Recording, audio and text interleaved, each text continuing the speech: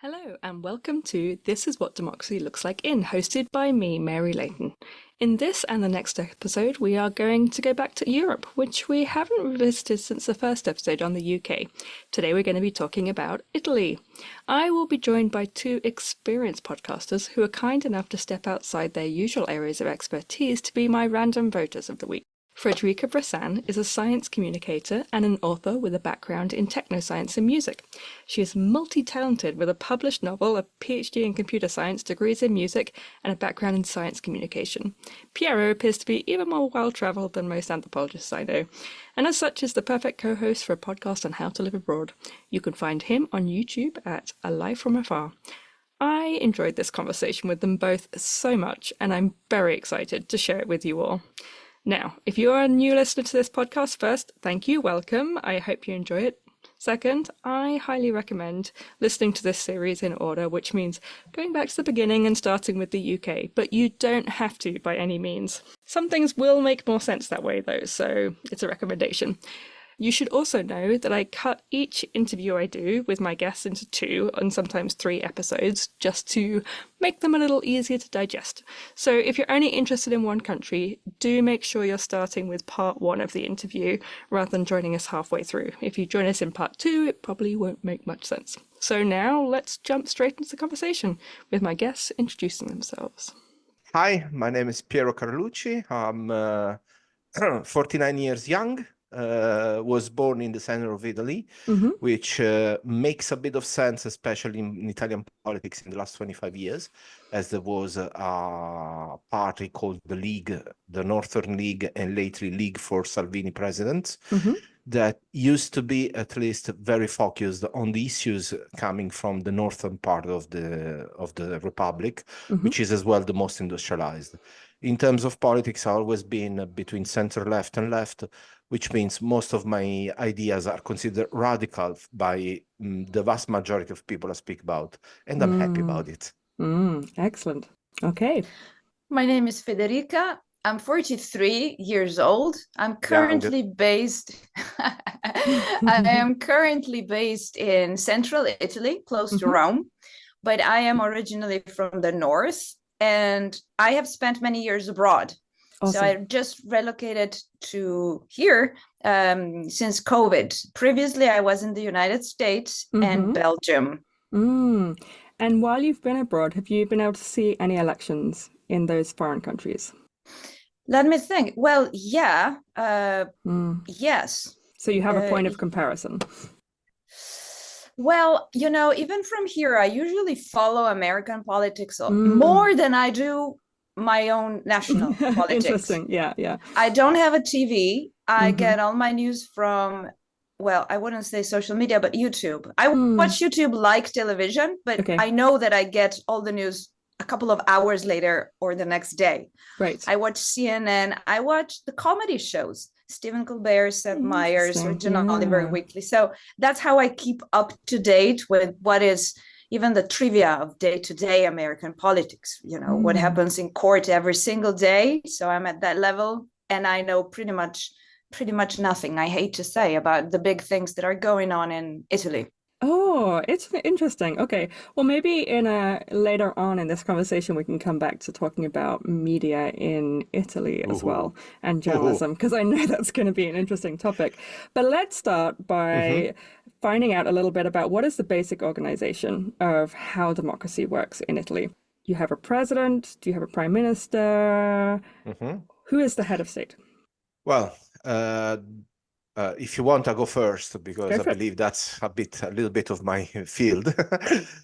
Basically, we do run the executive power resides in the government. So the prime minister is the person who leads in reality the day-to-day operations of the state. This prime minister is usually confirmed by a double vote, one from the Chamber of Representatives and one from the Senate. The two chambers used to have different focus in their activity. However, lately with couple of reforms, they become pretty much almost the same people looking after the same things, which by the way sounds very redundant, to be honest. Yeah.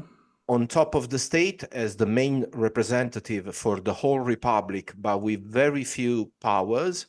There's the president of the republic. He has two main powers, which is he can get rid of the two chambers and announce a new election. Or if he believes it's not the right time due to the political or social or economic situation, he can request the parties in the two chambers to try to have a second round of agreements and find a new prime minister to manage the situation until the right time for an election comes.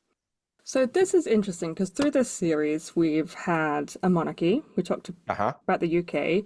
We've looked at another country that has something similar, India, which has a president that it was very vaunted that she was the first indigenous person. She was the first woman, but actually she had almost no powers and no one remembered what her name was. It sounds like the president is more like the Indian version, but with a little more powers than that. So I know that Italy in almost recent memory has gone through both the monarch, a dictator, and now a president. So you've had examples of quite a few different systems. How does it feel different from having a monarch? I want to say something please, there. Yeah, please. Because I think this is a super interesting example. Like, so, Mexico also has a president. I used to live in Mexico when he was elected, and now there was a recent election. Yeah. Yes, Piero is much more knowledgeable than I am. So when I have something to say, I really want to say it. Please, because I want the on-the-ground feeling of why does it feel different? Why does it feel different? I couldn't tell you anything about what it feels like to live in a monarchy with a royal family nowadays. Of course. Had I not lived in Belgium for a while. Oh, right. As an Italian, actually, every time I think how many countries in Europe still have royal families, I'm shocked, shocked, because we're so past that concept, although we have the Pope in the house. When I was in Belgium... That's a good point. Yeah. When I was in Belgium, I was asking my friends, how do you feel about, the king and all of this? Is it normal? Do you have feelings about it? And because I was learning Dutch, Flemish, actually, I always listened to the speeches the king would give because he is kind of obliged to give it in French and in Flemish and in German too. Since I speak French, I could follow. So it was interesting. And by living there and by, hearing the king mentioned in the news or hearing him quoted with speeches in time of political crisis or so, I became to develop this feeling. So it's not rational. It's a feeling that it's like having a father, a neutral, super partes father that actually has no role and he shouldn't have. There's some things he can do, but it's not like the president of the republic in Italy. It's very much like a father figure, which sounds obsolete, but it does use something. Actually, it's nice. He would be the figure that can connect the whole country, just like soccer game, by the way. Very good. Yeah, really good point. And I like that. I cannot explain more than this, but to conclude, I want to tell you that by living there, I kind of changed my mind by developing a feeling and saying it kind of makes sense to have this piece of the puzzle of the overall broad picture where he's there, and it's kind of nice to have him there. I think that's super interesting because you're describing to me the feeling I have as a British person, that sort of benign feeling of, oh no, it's okay to have a monarch. But coming at it from the cynical originally perspective. So how is a president not like that? Because from the outside, it seems like it ought to be similar. They're like a figurehead. Well, I wish I could have a straight explanation. In fact, I'll just say this, which is all I can say. So the explanation is somewhere in there. No, go for it. If I imagine the situation of when I was in Belgium, that kind of feeling, and I imagine stripping myself of the monarchy, of taking the king away because it's obsolete and we pay for those people, never mind, the most famous royal family in the UK. And that costs, or it's in so many ways, it just doesn't make sense in modern terms. Yeah. But if I think staying in that feeling and thinking of then stripping myself and everybody else of that father figure, gosh, you really lack something, you miss something, you feel. And now, it's almost like when Nietzsche said God is dead. It's like you take away something that is not only there because it has a practical function. It's deeper than that. Yeah. So I cannot explain better than that. Yeah. It's not rational. It's not rational. I can rational. add something on top of it, which is absolutely perfectly described. So Federica says she's not knowledgeable, but as you can hear, she has very, very vivid analytical mind. So that's not true that she's not knowledgeable at all. But on top of it, the problem that democracy may have with a president, or a republic better, can have with a president, is that while the politics getting polarized like it is lately, the risk of having a figure that is even more dividing the public opinion, it gets higher, the odds gets higher. While instead, at the very end, even though I'm not exactly the biggest fan of monarchies wherever in the world, on the other hand, you have something that is solid, it's historically, traditionally been there. So, it's like the rock you can lay on in hard times. I believe The Speech of the King is an amazing movie because of it, because it explains literally what was for the English population, the British population in the most critical time of the 20th century. Is the president in Italy from one party or another party, or are they meant to be neutral? Okay, that's interesting. Yes, he is.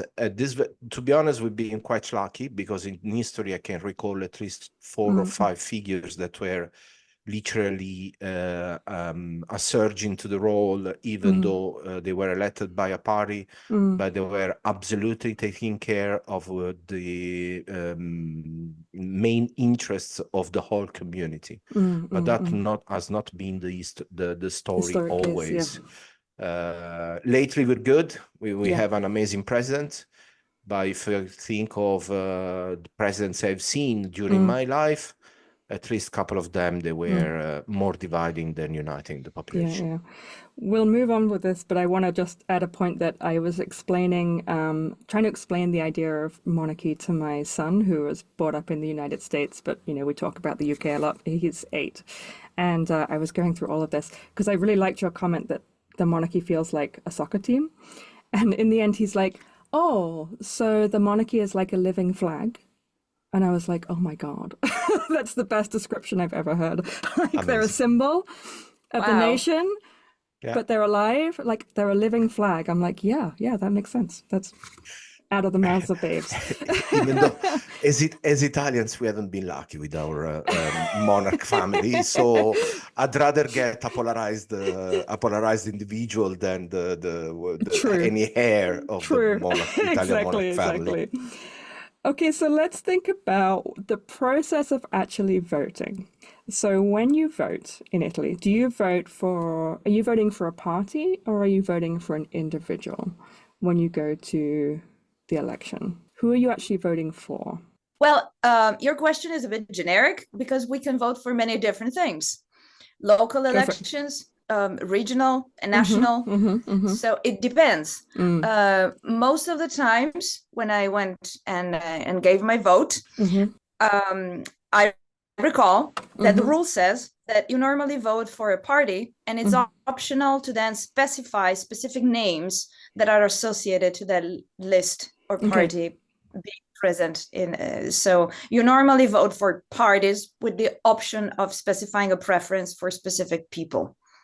That is quite interesting because I haven't heard that before, right? Yes, and if I can add something, please go ahead.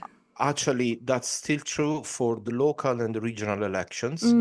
It's not true anymore, unfortunately, for the national, where basically you have a system that is split in two. The system says that you're voting a single person, a single name to win a seat, and that's the 37% of the seats in the chambers. And then you vote for the remaining 60-something percent, 63, on a proportional way. So there's a second ballot. In the second ballot, you still vote for the party. And then according to the order of the list, the number of votes redistributes seats to the candidates. Okay. It's an amazingly complicated, awful, and completely useless system, if I can say something. Right. Yes. So it's different at the local level than the national level. I'm always interested in this question because in some places, like the UK, for instance, you can vote for a party, but the candidate themselves can change halfway through that cycle. Yeah. In other places, you vote for a candidate, and if the candidate dies, there's a scandal, you have to have another election because you're voting for a person. Now, it sounds like at the local level, what you're saying, Frederica, is you vote first for a party and then you choose people within it. But the piece of paper, because we're not at the digital vote yet, so you still walk in, they give you pen and paper.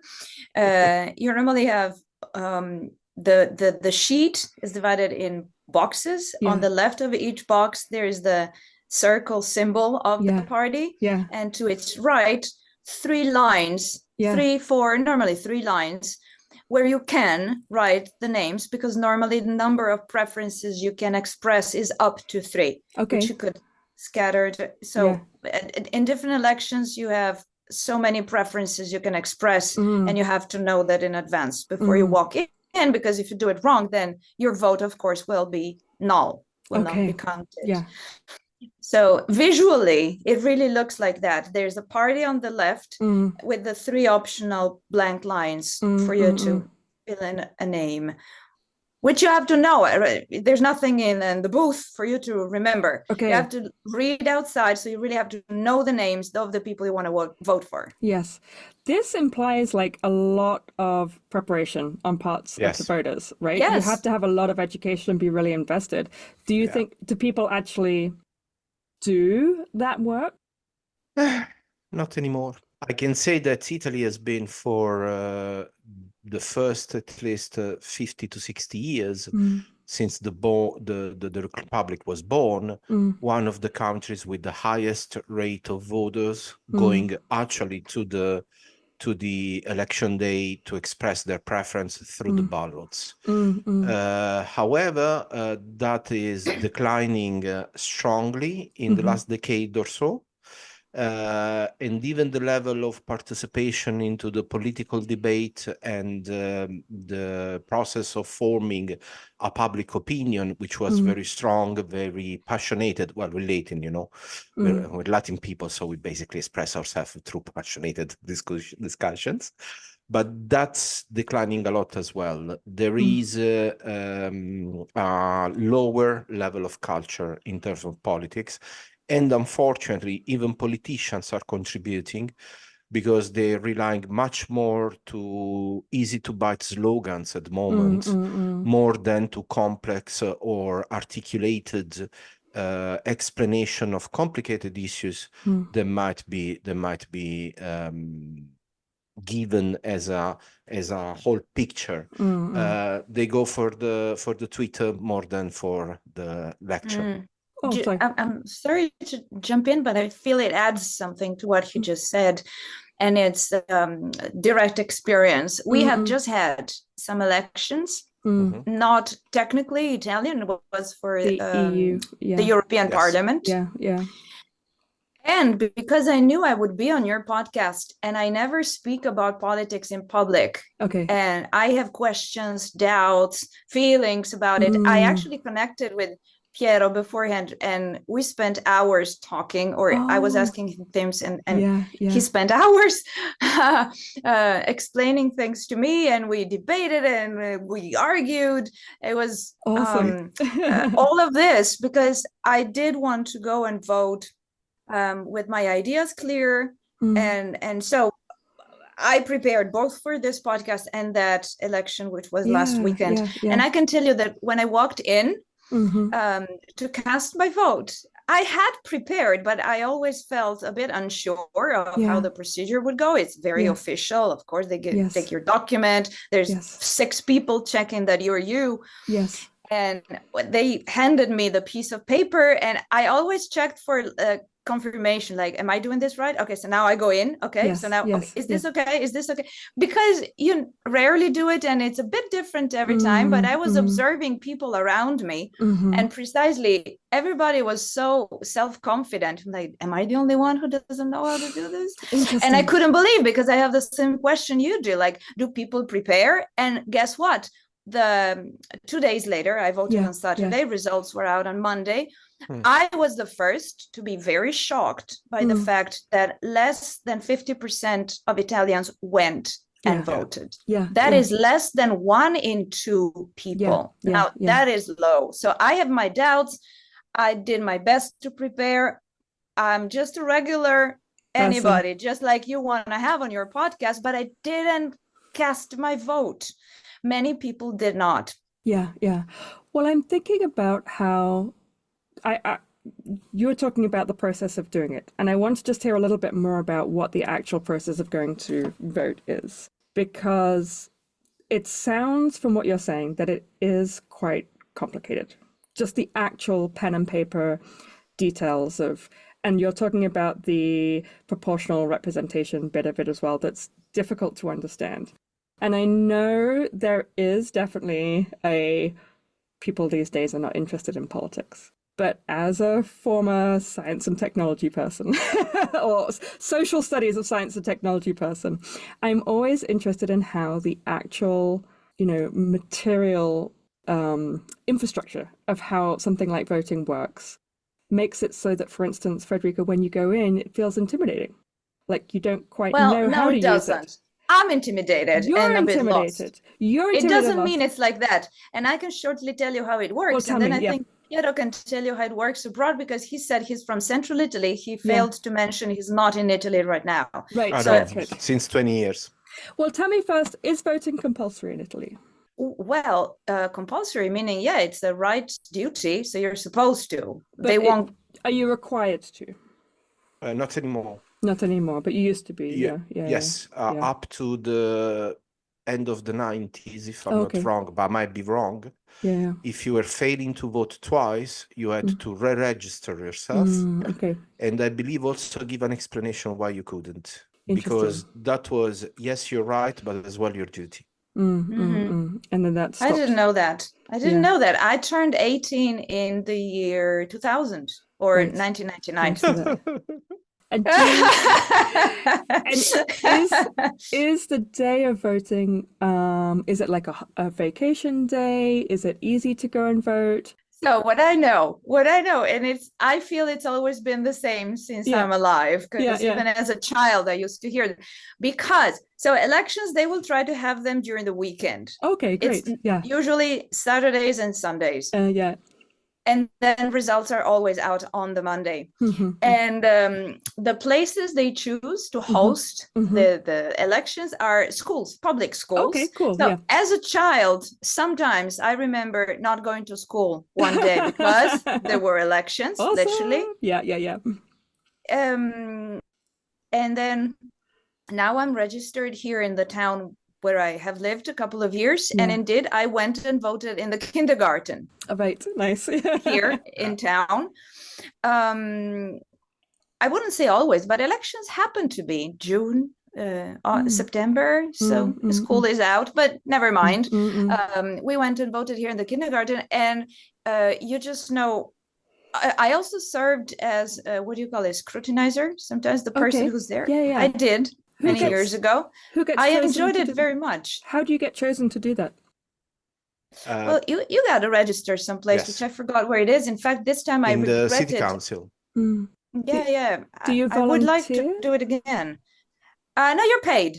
But you are you called up? Oh yeah, no. No. It's not like jury duty or stuff. You have to register. Oh, you choose to do it. Yeah. Yes, it's basically there's two different registers.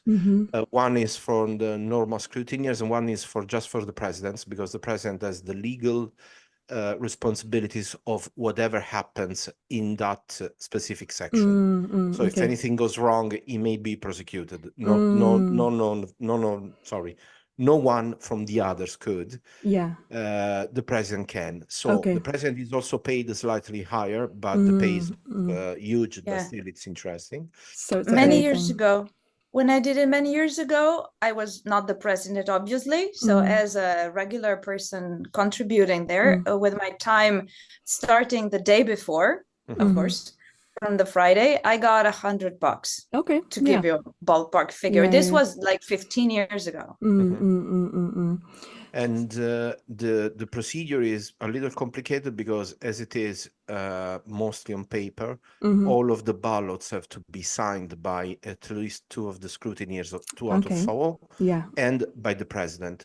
They have to have the special stamp that only the president can manage.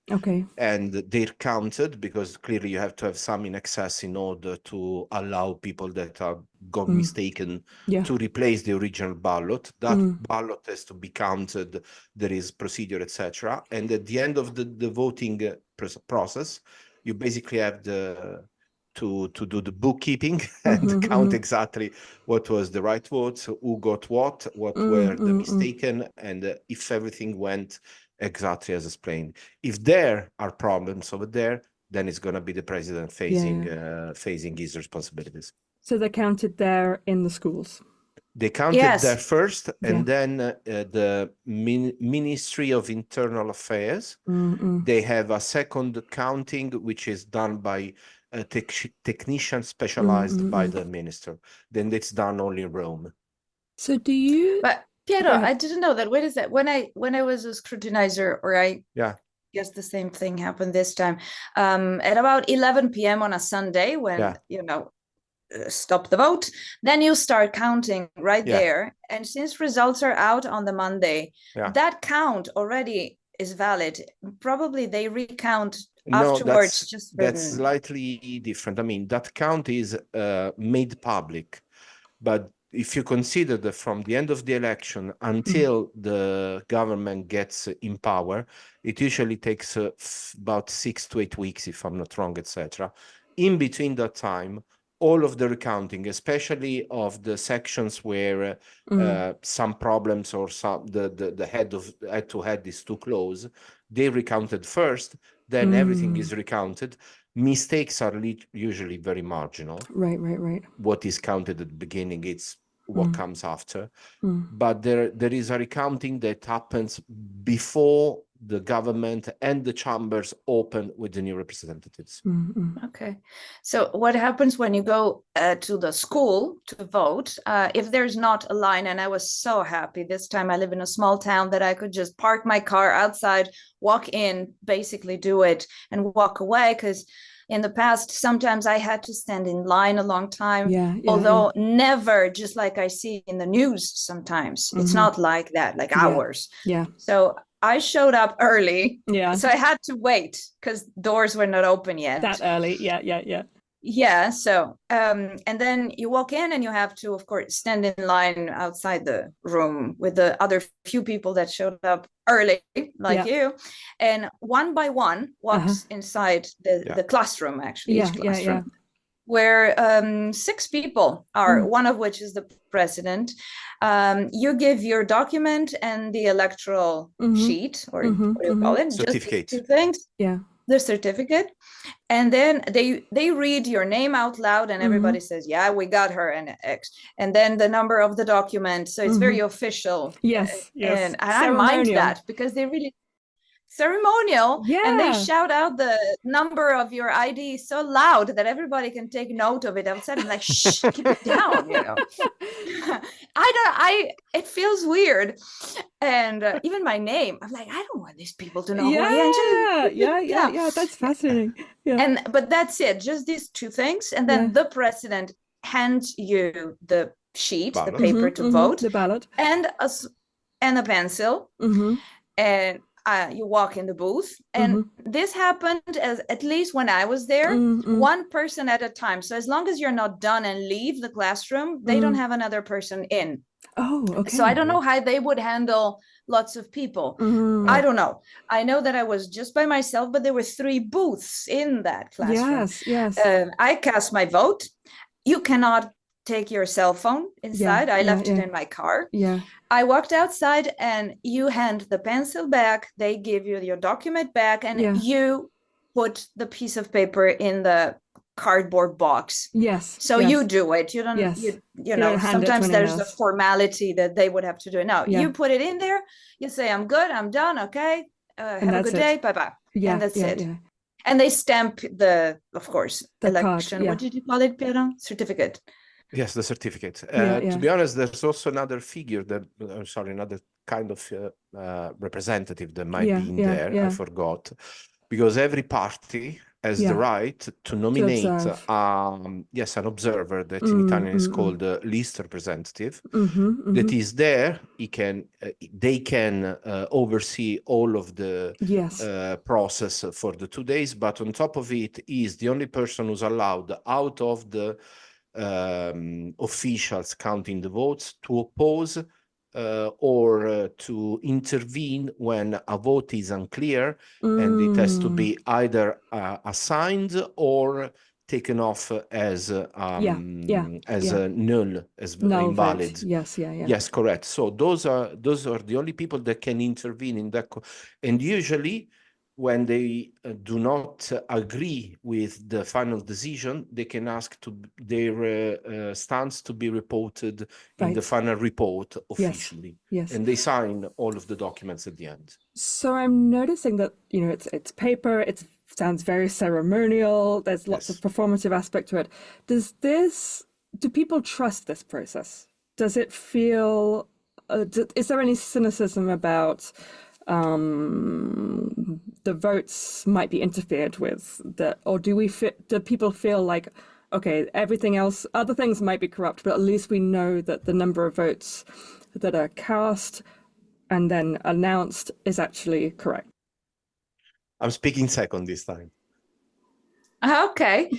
Well, I'm interested to know what you're going to say, because my feeling is that people trust this system.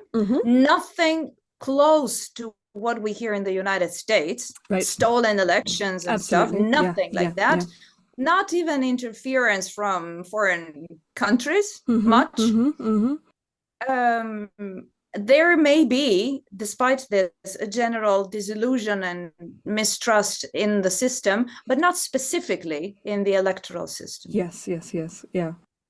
I agree 100% with that, because in general, as it is very ceremonious, but especially with, the time coming to a higher level of technology, we can basically, that's true, we cannot get with the smartphone inside, but you can actually check what's going on from outside of the door of the classroom. So basically, you're exposed a lot in these times. The system by itself, it kind of works, and the mistakes, as I was saying, in the history of the Republic were marginal. Though, if I can say that's a perfect system, by far it's not. If you have seen the JFK movie, you know by chance that the very first election, that was the referendum, monarchy, yes or no in Italy, was actually rigged by, let's say, external influence. And the problem is right now that the issues do not happen in the section where you're going to vote. They're called sections in Italy. The classrooms designed for the voting process. So they do not happen inside the section. But there is, as you know, a large presence of organized criminality in Italy. And that means that the process is rigged before by corruption, by selling votes, by clientelism. There's a lot of things. Even though it sounds even a bit ancient, if I can say so, the pencil and paper. By the way, it's a special pencil. You cannot delete they do it. have a special pencil. Awesome. Okay, because they have that in Mexico as well. I know. That's why I was saying that. I remember that. And even the ballots, they are paper, but they're paper printed from the, I don't remember how it is in English, Zecca di Stato, which is basically the institution that used to print the money bills. Interesting. Yes. Okay. So, and they have a security code inside. So basically, if you check the ballot against the light, you can see that it's not normal paper. You can go there with your own sheet from school and vote for someone else. So kind of what you're saying is you have this very detailed level of Yes. security when it comes to the actual ballot itself, but that's all overshadowed by this level of corruption on the larger scale. I guess that is where the disillusion of many people may come from, despite even